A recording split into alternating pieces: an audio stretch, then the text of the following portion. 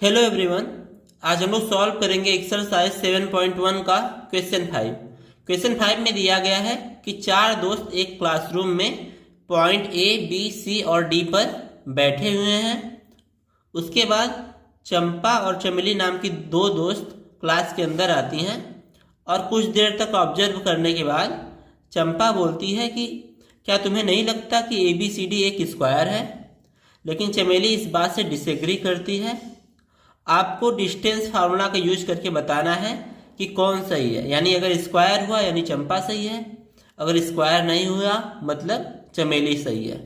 अब यहाँ पे ध्यान देंगे, हमें ए बी सी डी के कोऑर्डिनेट्स नहीं पता है, बट यहाँ पे दिया गया है कि ये कॉलम है तो इसको हम लोग मान लेंगे एक्स एक्सिस पे कॉलम है इसका, और जो रो है उसको मान लेंगे वाई एक्सिस पे इसका रो है। तो यहाँ पे ए का कोऑर्डिनेट क्या हो जाएगा, एक्स एक्सिस पे कितना है 1 2 3 और वाई एक्सिस पे कितना है 1 2 3 4, यानी ए का कोऑर्डिनेट क्या हो जाएगा, एक्स पे है 3 और वाई पे 4। उसके बाद बी का कोऑर्डिनेट निकालेंगे तो बी एक्स पे कितना है 6 और वाई पे कितना है 7, तो इसका कोऑर्डिनेट क्या होगा 6,7। ऐसे ही सी निकालेंगे तो एक्स पे 9 है और वाई पे कितना है 4, तो सी का कोऑर्डिनेट क्या हो जाएगा 9,4। अब हम निकालेंगे डी का कोऑर्डिनेट, तो डी एक्स पे 6 है और वाई पे कितना है 1, तो इसका कोऑर्डिनेट होगा 6,1। अब हमें चेक क्या करना है कि A B C D square है या नहीं है। तो उसके लिए क्या करेंगे, देखिए जैसे A B C D square कब होगा, जब A B equals to B C equals to C D equals to A D हो, चारों साइड्स आपस में बराबर हो तो ये क्या होगा स्क्वायर होगा।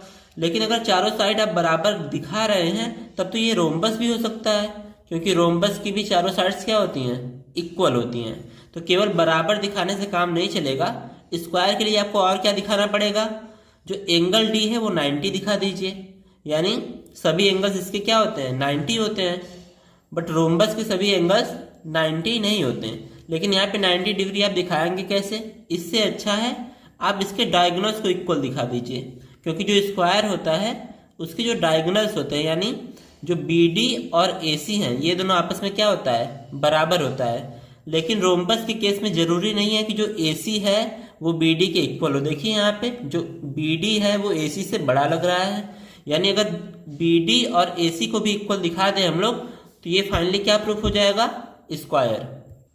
अब हम quadrilateral A B C D में देखेंगे, जो साइड ए बी है उसकी लेंथ कितनी आ जाएगी।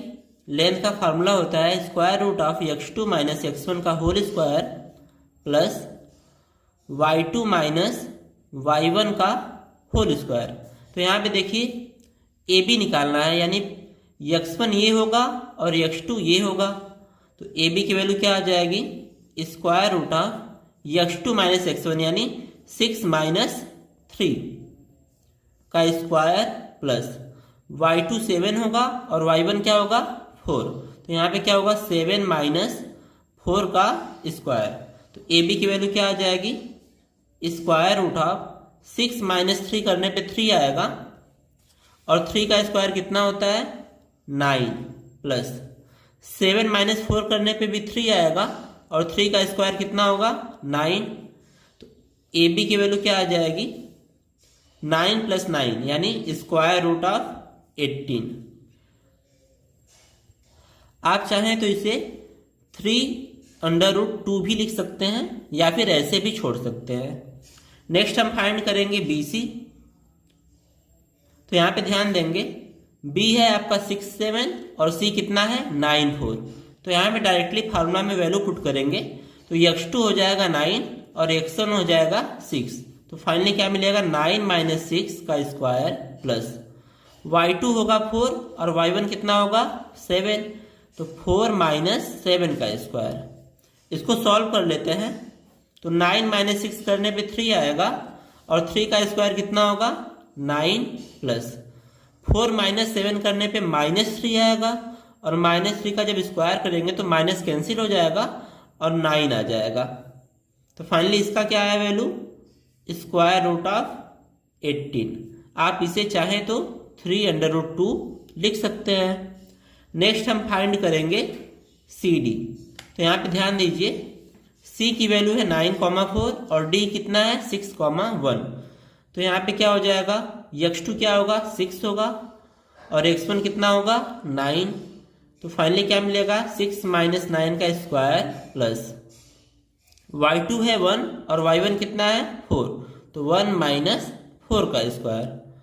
तो 6 - 9 करने पे -3 आएगा और स्क्वायर करने पे कितना हो जाएगा +9।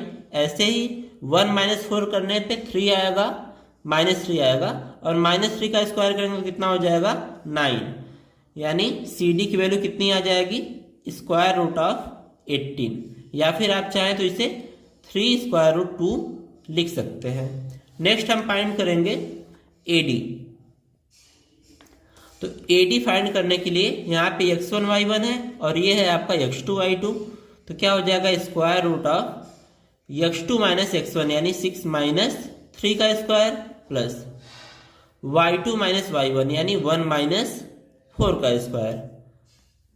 तो इसकी वैल्यू कितनी आ जाएगी 6 - 3 यानी 3 का स्क्वायर करने पे 9 प्लस 1 - 4 करने पे -3 और -3 का स्क्वायर करने पे कितना आएगा 9।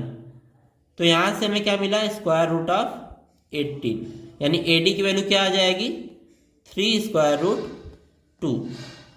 यहां से हमें क्या मिला, जो A B B C C D और डी ए चारों साइड्स आपस में क्या है बराबर है। तो this implies A B equals to B C equals to C D equals to A D या डी ए, दोनों सेम चीज है, एक ही साइड है।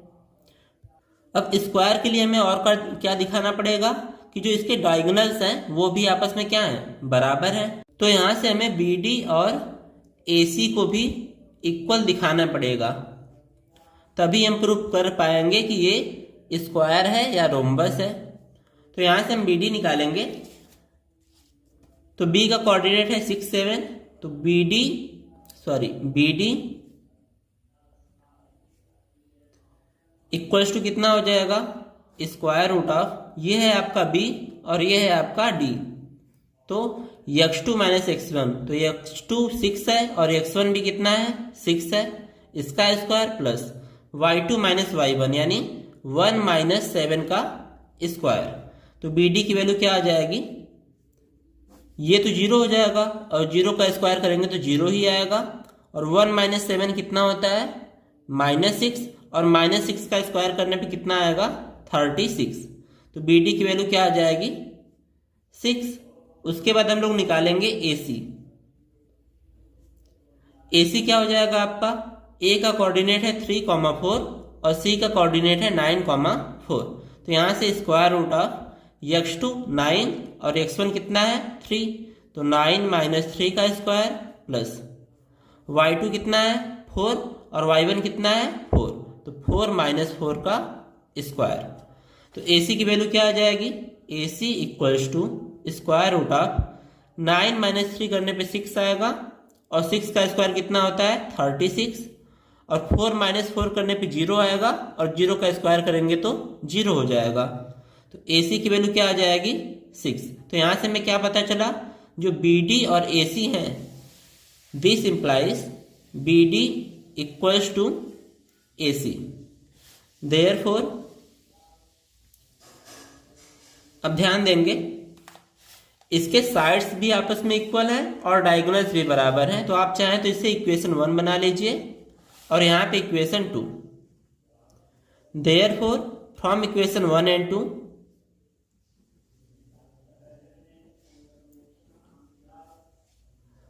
ABCD